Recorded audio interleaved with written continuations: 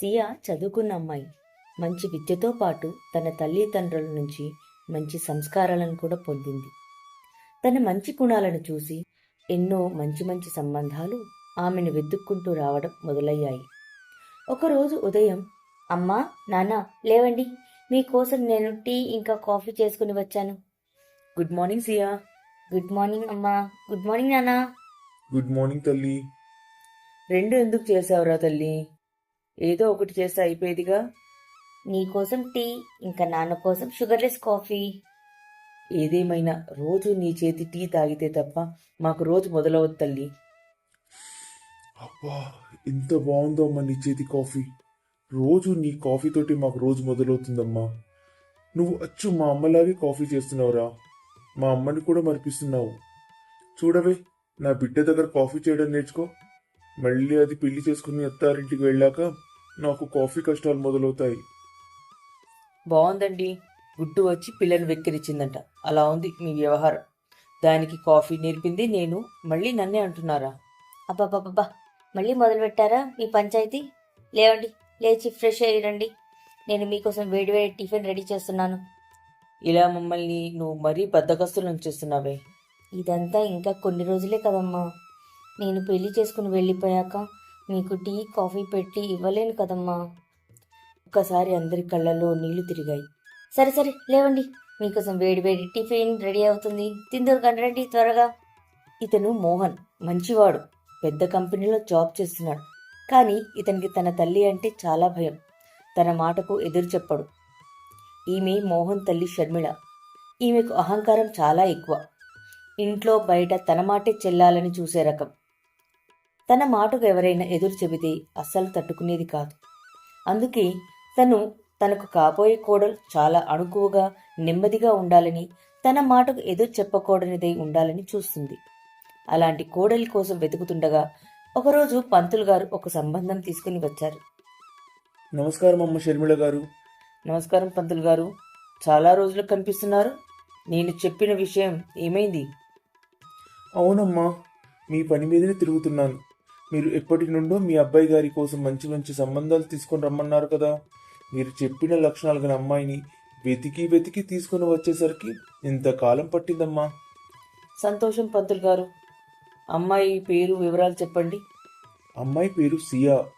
తన అమ్మా నాన్నలకు ఒక్కగానొక్క అమ్మాయి. పెద్ద చదువు చదువుకుంది, మంచి కంపెనీలో జాబ్ చేస్తుంది. మంచి సంస్కారం, అణుకువ కలిగిన అమ్మాయి. ఇదిగో ఇదే తన ఫోటో. ఒకసారి చూసి మీకు నచ్చితే పెళ్లి చూపులు కూడా ఏర్పాటు చేద్దాం. ఏమంటారు? ఏంటి పంతులు గారు, జాబ్ చేసే అమ్మాయి మాకు వద్దు అన్నాను కదా. అదేంటమ్మా, జాబ్ చేసే అమ్మాయి అయితే మీకు జీతం తెచ్చిపెడుతుంది కదా. జీతంతో పాటు నా పెత్తనం కూడా తనే తీసుకుంటుంది. వద్దు వద్దు, అలాంటి అమ్మాయి మాకు వద్దు. చూడండి అమ్మా, ఈ రోజులు ఇంత మంచి అమ్మాయి దొరకడము చాలా అరుదు. ఒక పని చేద్దాం, వాళ్లకు చెబుదాం పెళ్ళయ్యాక జాబ్ మానేయమని. వాళ్ళు సరి అంటే అప్పుడు ముందుకు వెళ్దాం, లేదు అంటే వేరే సంబంధం చూద్దాం. ఏమంటారు? అలా అన్నారు, బాగుంది. సరే, ఇలా ఇవ్వండి అమ్మాయి ఫోటో. బాగుందండి అమ్మాయి. మీరు చెప్పినట్టు పెళ్లి చూపులు కూడా ఏర్పాటు చేసేద్దాం. ఒక వారం తర్వాత సియా మోహన్ల పెళ్లి చూపులు ఏర్పాటయ్యాయి. నమస్కారం వదిన గారు. నమస్కారం. వదిన గారు, టీ కాఫీ ఏమైనా తీసుకుంటారు? మాకేమీ వద్దు వదిన గారు. చూడండి, త్వరగా అమ్మాయిని తీసుకొని వస్తే చూసి వెళ్ళిపోతాం. బయట మాకు చాలా పనులున్నాయి. అలాగే అండి. అమ్మాయి చూడడానికి చాలా లక్షణంగా ఉంది. బాబు ఏమన్నా అమ్మాయితో విడిగా మాట్లాడతాడా? అలాంటి పాశ్చాత్య సంస్కారాలు నాకు నచ్చదు వదిన.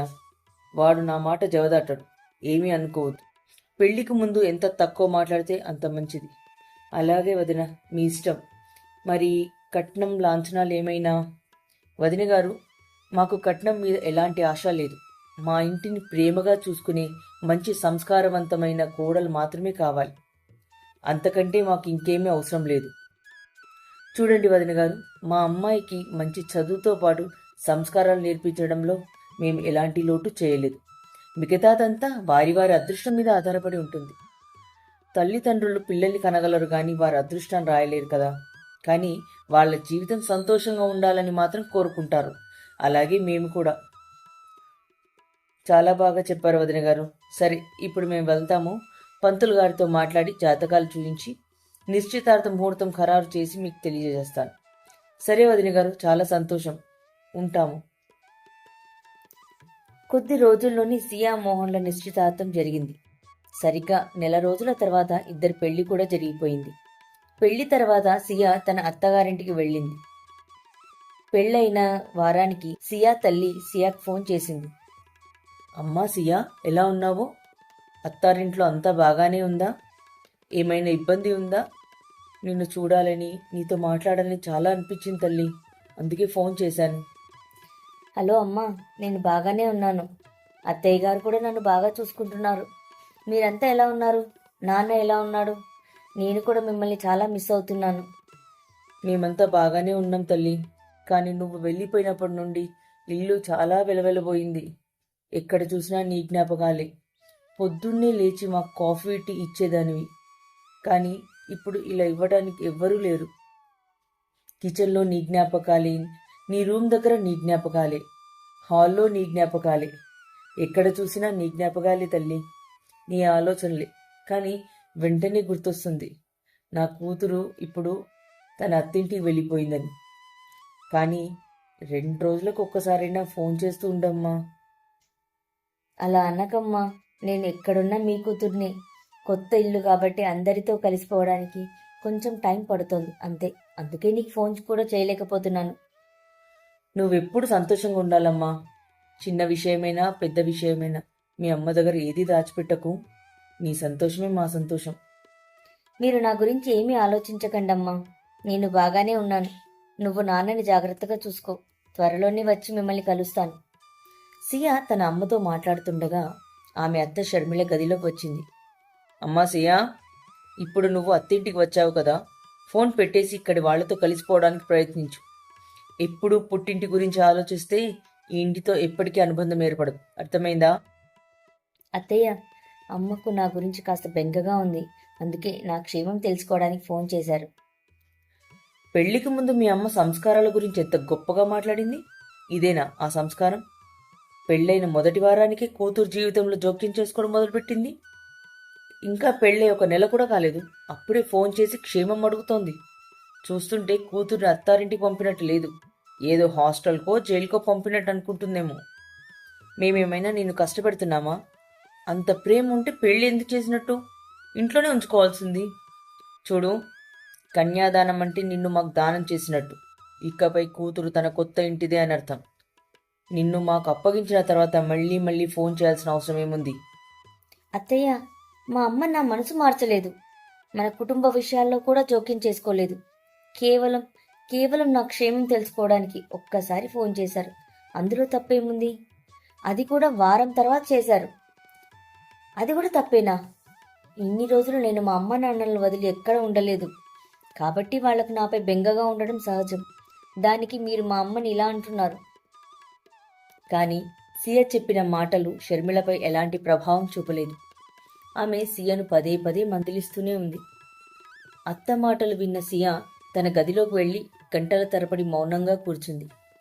కొన్ని రోజుల క్రితం ప్రేమగా మాట్లాడిన అత్త ఒక్కసారిగా ఎందుకిలా మారిపోయిందో ఆమెకు అర్థం కాలేదు. అత్తయ్య మాటలు సియ మనసుకు ఎంతో బాధ కలిగినా తన కన్నీళ్లు తుడుచుకొని పెళ్లి తర్వాత జరిగే అన్ని కార్యక్రమాల్లో పాల్గొంది. పెళ్ళైన 2 నెలల తర్వాత మోహన్ ఫోన్కు సియా తల్లి కాల్ చేసింది. నమస్తే అత్తయ్య గారు, మీరందరూ ఎలా ఉన్నారు? మేమంతా బాగున్నాం బాబు. సియా ఎలా ఉంది? సియ బాగానే ఉంది. ఇదిగోండి, ఆమెతో మాట్లాడండి. హలో అమ్మా, ఎలా ఉన్నావు? ఇంట్లో అందరు బాగున్నారా? అందరూ బాగానే ఉన్నారమ్మా. కానీ 2 నెలలు అయ్యాయి, నువ్వు ఒక్కసారి కూడా ఫోన్ చేయలేదు. నేను నీకు ఫోన్ చేశాను, కానీ నువ్వే ఎంతకీ ఎత్తలేదు. అందుకే మోహన్కి ఫోన్ చేయాల్సి వచ్చింది. అలా ఏం లేదమ్మా, కొంచెం పనిలో ఉండిపోయాను, అందుకే ఫోన్ ఎత్తలేకపోయాను. ఇప్పుడు చెప్పు, ఇంట్లో అందరు బాగున్నారా? అందరూ బాగానే ఉన్నారమ్మా, కానీ నువ్వు వెళ్ళినప్పటి నుంచి ఇల్లు వెలవెలబోతోంది. నువ్వు లేక ఏదీ బాగా అనిపించట్లేదు. కూతుర్ని పెళ్లి చేసి పంపించగలం, కానీ మనసుని ఎలా ఒప్పించాలి తల్లి? అమ్మా, మీరు అలా బాధపడకండి. నేను త్వరలోనే వచ్చి మిమ్మల్ని కలుస్తాను. మీరు నాన్నగారు ఇద్దరు జాగ్రత్తగా ఉండండి. సరే అమ్మా, నువ్వు కూడా జాగ్రత్తగా ఉండు. ఫోన్ పెట్టిన వెంటనే మోహన్ తన కోసం ఎదురు చూస్తూ నిలబడి ఉన్నాడని సియా గమనించింది. ఇదేమిటి సియా, మీ అమ్మ ప్రతి చిన్న విషయానికి ఇంత ఎమోషన్ డ్రామా ఆడుతుంది? ఇదంతా అవసరమా? అంటే మా అమ్మ చేస్తుంది మీకు డ్రామాలా అనిపిస్తుందా? అవును, నువ్వు ఫోన్ ఎత్తలేదంటే వెంటనే నాకు ఫోన్ చేశారు. చూస్తుంటే మన ఇంట్లో జరిగే ప్రతి విషయం తెలుసుకోవాలని ఆసక్తి ఉన్నట్టుంది మీ అమ్మకి. మా అమ్మ ఎవరిపైన గూఢచర్యం చేయదు. ఆమెకు తన కూతురి మీద ప్రేమ, ఆందోళన మాత్రమే ఉంది మోహన్. నాకన్నీ తెలుసు. మీ అమ్మ రోజు ఫోన్ చేసేది మన ఇంటి విషయాలన్నీ తెలుసుకోవడానికి. ఇప్పటి వరకు మీ అమ్మ ఆలోచనలే పాతవనుకున్నాను మోహన్, కానీ మీ ఆలోచనలు కూడా అలాగే ఉన్నాయని ఇప్పుడే అర్థమైంది. ఒక విషయం గుర్తుపెట్టుకో, ప్రతి విషయాన్ని పుట్టింట్లో చెప్పే అమ్మాయిల ఇల్లు ఎప్పటికీ సంతోషంగా ఉండవు. ఇప్పుడు నీకు పెళ్ళైంది, ఇది నీ కొత్త జీవితం. మన ఇంటి ప్రతి విషయంలో మీ అమ్మ అభిప్రాయం ఉండాలని నేను కోరుకోవడం లేదు. ఇంతకు ముందు అమ్మాయిల దగ్గర మొబైల్ ఫోన్లు ఉండేవి కావు, అయినా వాళ్ళ కాపురాలు బాగానే సాగాయి. నిజం చెప్పాలంటే అప్పటి కుటుంబాలే ఎక్కువ సంతోషంగా ఉండేవి. నాకు తెలియక అడుగుతున్నాను, ఈ ఇంట్లో నీకేం కష్టం ఉందని ప్రతిరోజు మీ అమ్మకు ఫోన్ చేసి ఏడుస్తావు? మోహన్ మాటలు విన్న తర్వాత సమస్య ఒక్క అత్తలో మాత్రమే కాదు, మొత్తం కుటుంబం ఆలోచనలోనే ఉందని సియాకు అర్థమైంది. వాదించి ఎవరి ఆలోచనలు మార్చలేమని సియా గ్రహించింది. ఎన్నో ఏళ్లుగా ఉన్న అభిప్రాయాలను మార్చాలంటే సరైన సమయం, బలమైన కారణాలు అవసరమని ఆమె నిర్ణయించుకుంది. ఇలాంటి పరిస్థితులను సియా ఎలా ఎదుర్కోబోతోంది? తన భర్త అత్తమామలను ఎలా మార్చబోతోంది? ఇవన్నీ తెలుసుకోవాలంటే మా తరువాయి భాగాన్ని మీరు తప్పక చూడాల్సిందే. మా కథ మీకు నచ్చినట్లయితే లైక్ చేయండి, షేర్ చేయండి. ఇంకా మరిన్ని వీడియోల కోసం మా ఛానల్ని సబ్స్క్రైబ్ చేసుకోండి. ధన్యవాదాలు.